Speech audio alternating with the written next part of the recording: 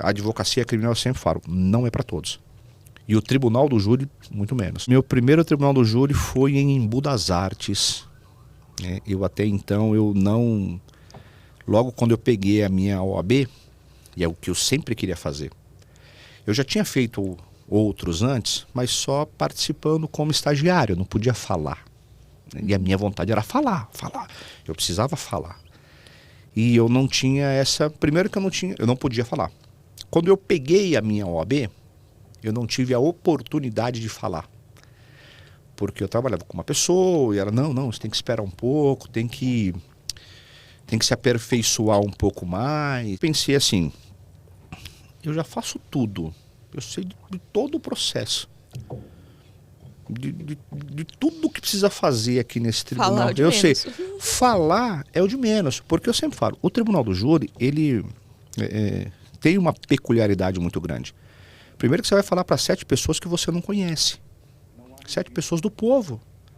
Você pode ter num jurado, você pode ter um técnico de som, um jornalista, um médico, uma professora, um padeiro, um carpinteiro. Então assim, são 7 pessoas da sociedade.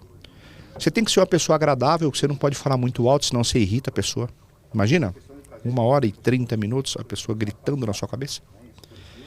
Você não pode também falar muito baixo. Não pode, porque atrapalha, você tem que falar, você tem que ter um tom certo. Você tem que saber ir para o embate com o promotor, sem ser desrespeitoso. Você não pode ter medo. Porque às vezes você tem situação, como já aconteceu comigo, de sair preso de um plenário do júri. Então você tem que saber... Quem saiu preso de um plenário? Você saiu preso? Sim, porque tem algumas situações que você... Olha, se não acontecer isso aqui, eu estou fazendo uma pergunta, você está me interrompendo. E aí o juiz, no tribunal do júri, ele é um mediador. Ele é um mediador. Ele só dá a quantidade da pena. Ele não decide se a pessoa é culpada ou inocente. Ele vai dizer o seguinte: doutor, Ministério Público, o senhor está com a palavra. O Ministério Público vai lá e fala durante 1h30. Quando dá 1h20, o juiz fala: doutor, o senhor tem mais 10 minutos.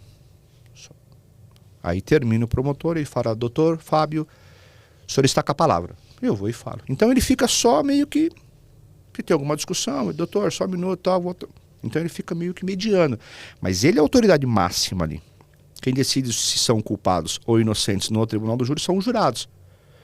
E quando chega até ele assim, os votos de que a pessoa é culpada, aí ele vai dosar. A gente chama de dosimetria da pena. Ele vai dosar a pena da pessoa. É só isso que ele faz.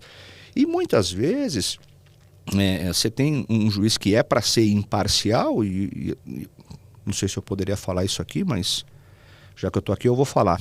Tem juiz que está ali pronto para condenar, você está entendendo? Tem juiz que não é imparcial. Então essa imparcialidade do juiz é balela. Eu sei que depois quando isso aqui viralizar e for para o ar, vai vir um monte de gente falar, principalmente a OAB. Mas assim, eu tenho que falar. Por quê? Porque não há essa imparcialidade que todo mundo acha. E eu não estou aqui generalizando, mas tem alguns profissionais, alguns juízes que não são imparciais. Não são imparciais. Eu já fiz plenário do júri numa cidade de Franco da Rocha, que antes de começar o tribunal do júri, o juiz chama o promotor, todos os jurados, para tirar foto e marcar a confraternização do final do ano. Putz. Cara, como é que eu vou convencer 7 jurados de que o meu cliente é inocente? Sendo que ele tá macumunado com... Cara, eles estão marcando... confra. Uma confra. A festa da firma. E assim... Churras da firma. Mas faz tempo isso? Não, 2022, 19 de setembro de 2022. Inclusive o caso da Rauana, que foi um caso nacionalmente conhecido. Quando eu olhei, o juiz chamou o promotor, os jurados, para tirar foto. Ora, tá marcada a nossa confraternização, tá no grupo. A foto eu vou... Cara, surreal isso. Cara, mas aí você já desanima, né? Porque você sabe que você vai... Não, você desanima... Você vai falar 1h30 ali, mas sem frutos. Mas tem como denunciar para alguém? Nós fizemos uma denúncia, né, na corregedoria e eu pedi anulação do júri. Estou esperando o resultado. E o problema é que isso também demora, né? Isso demora. Enquanto isso, onde está a pessoa? Na cadeia. Opa! E a gente sabe bem, né, como é o inocente na cadeia. A gente sabe muito bem.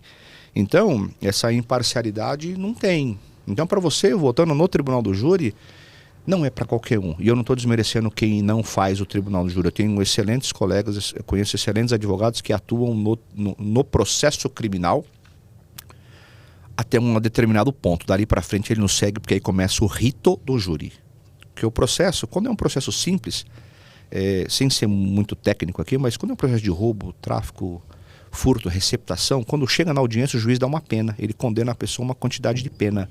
Quando é um crime doloso contra a vida, quando a pessoa tem intenção de matar, quando chega nessa audiência o juiz não dá uma dose de pena, ele não condena a pessoa, ele dá uma sentença, mas é uma sentença dizendo se a pessoa vai ao júri ou não vai, ou se ele absolve a pessoa, ou se aquele não é um crime doloso, ele desclassifica, mas assim, já adianto, 99% das decisões são até assim, por a mania do sistema.